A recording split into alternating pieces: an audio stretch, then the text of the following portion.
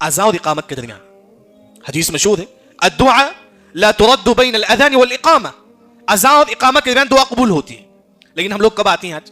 نماز کو 5 منٹ بھی نہیں، 2 منٹ تو مسجد کے اندر آتے ہیں، یعنی تو ایک رکعت ہوتی ہے تب مسجد کو آتے ہیں. نہیں، انسان اذان جب ہوتی ہے اسی وقت مسجد میں رہے، اسی وقت. سعید بن مسیب رحمہ اللہ کے بارے میں آتا ہے کہ وہ 30 سال تک جب بھی مؤذن اذان دیتا تو مسجد میں ہوتے تھے، مسجد میں ہوتے تھے. آج ہم لوگوں کو اللہ نے صحت دیا ہے، سب کچھ دیا ہے، یہ عمر ہے عبادت کا، جتنا ہو سکے عبادت کیجیے. یعنی کہ خاص طور پر اب اذان ہو رہی مسجد میں، اسی وقت دکان سے نکل جائیے، مسجد میں آ کے بیٹھ جائیے. اقامت ایک 10-15 منٹ کا وقت ہے، اذان اور اقامت کے درمیان جو بھی آپ دعا کریں گے اللہ ہماری دعا قبول کرے گا. اسی طرح عورتیں کیا کریں؟ عورتوں کو تو 5 وقت کا نماز کا اہتمام نہیں ہے. اہل علم نے کہا کہ عورتیں جہاں رہتی ہے محلے کی مسجد کی اذان کے جواب دے گی عورت سب سے پہلے. اس کے بعد نماز پڑھنے تک کا جو وقت ہے عورتوں کے لیے، عورت اس گیپ میں اگر دعا کرتی ہے تو اللہ اس کی دعا بھی قبول کرے گا.